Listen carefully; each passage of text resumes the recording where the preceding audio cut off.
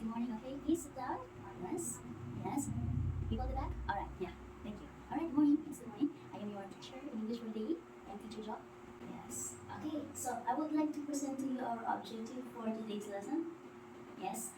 Our objective is at the end of the lesson, the learners will be able to write a different outcome of the story, focusing on cues, transition, and appropriate vocabulary.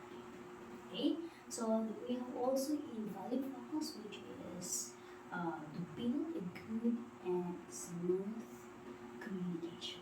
And to start with that, I would like everyone to raise your hand, both left and right, yes, and place it on top of your lap.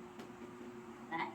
Okay, do not remove your hands of your lap unless you wanted to raise a question or anything like that. Okay? Okay. So when someone is talking here in front, make sure that you will. Okay, listen. Correct. Any question? Okay, so let's start. Okay, so I have here a pictures. Tell me what can you see from here. What do you see in the picture? Okay, this is a ship. Now, why don't people use ship? Okay, so people use ship to travel or to navigate on the sea. Now, what happens if the ship gets destroyed? Okay, some people may drown, but some people may be safe. What can you say about the ship being destroyed? The ship is destroyed. How about this one? A man is running towards an island. Okay, so a ship is destroyed and a man is running towards an island. So the word and there that I use to connect the two sentences is called conjunction. And the conjunction is the word and. Okay, next picture. What do you see? Okay, we see a sea. And how about this one? Okay, city or a village. So we see a sea and a city or a village. Now, where do you think people live? Where do you think we people live? Okay, so a city or a village or a place where people live is called the mainland. Alright? You get it? Next. It was so easy. Next. What do you see in this picture? Okay, there's a man and a destroyed ship and a jungle in the background. Okay? Can you guess where this man lives? Maybe, right? So he lives in the jungle. Okay, because his ship is broken. So the man lives in the jungle because his ship is destroyed. So the word because here that I use is another example of a conjunction. A conjunction because is used whenever wanted to connect the two sentences. Okay? Right, next. What do you see in the picture? Okay, a man coming out from a cave. Right? This is a right? So, can you guess who this man is? Can you recognize who this man is? Who do you think this man is? Okay, so this is the man whose ship has been destroyed and he lives in this cave. Okay. How about the last picture? What do you see in this picture? Okay, so a footprint and the man is running towards his cave. Can you guess who this man is? And why is he running towards his cave? I think so.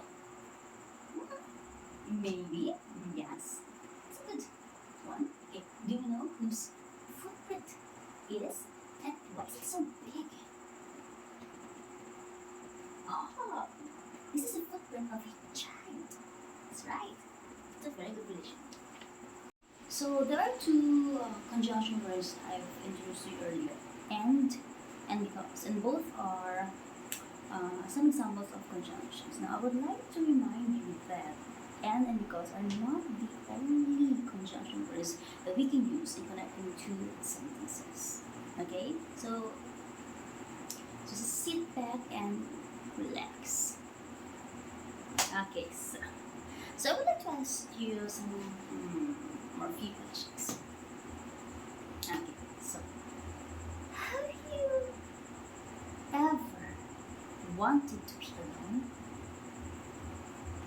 Or have you ever gotten lost before? Hmm. Mm-hmm. Wow. Or perhaps, have you ever ignored your parents' direction? Have you experienced that one? Mm-hmm. Really? Wow.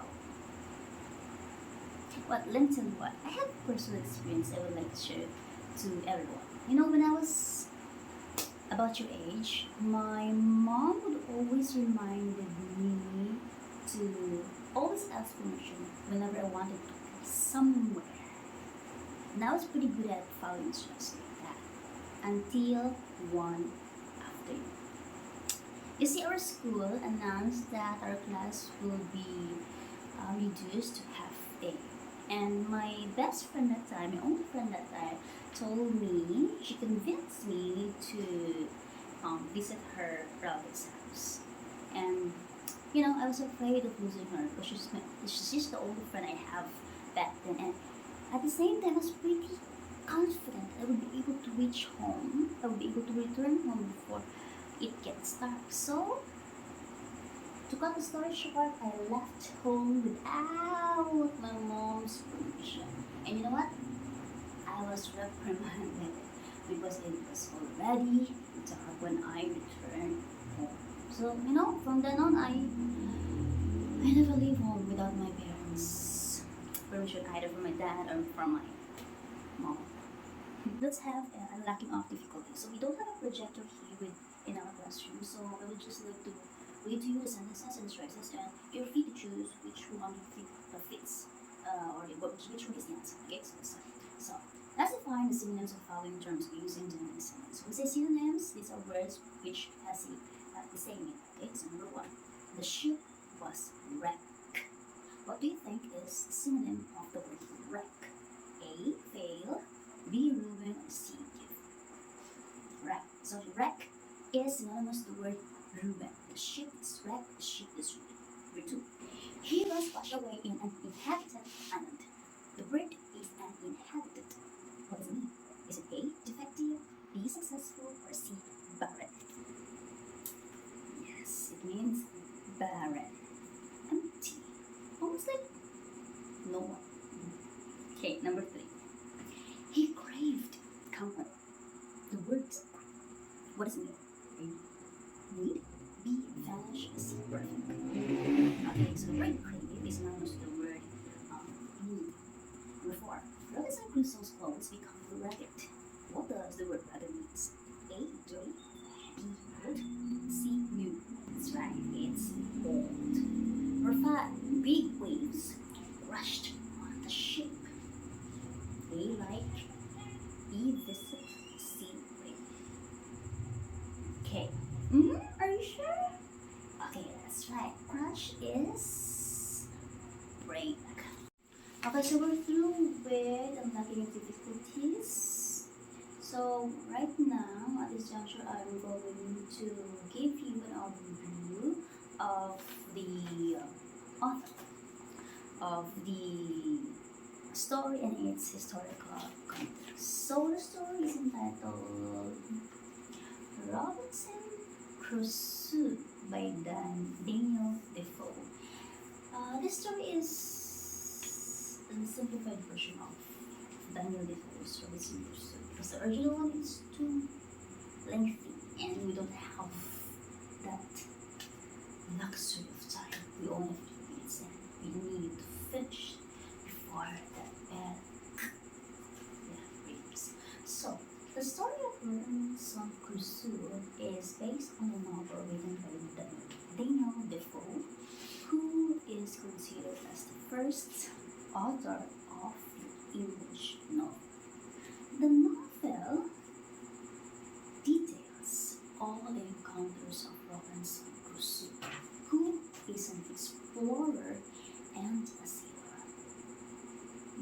This story is about the time when he was stranded in an island. Yes. So, do you want to know what happens ahead in the story?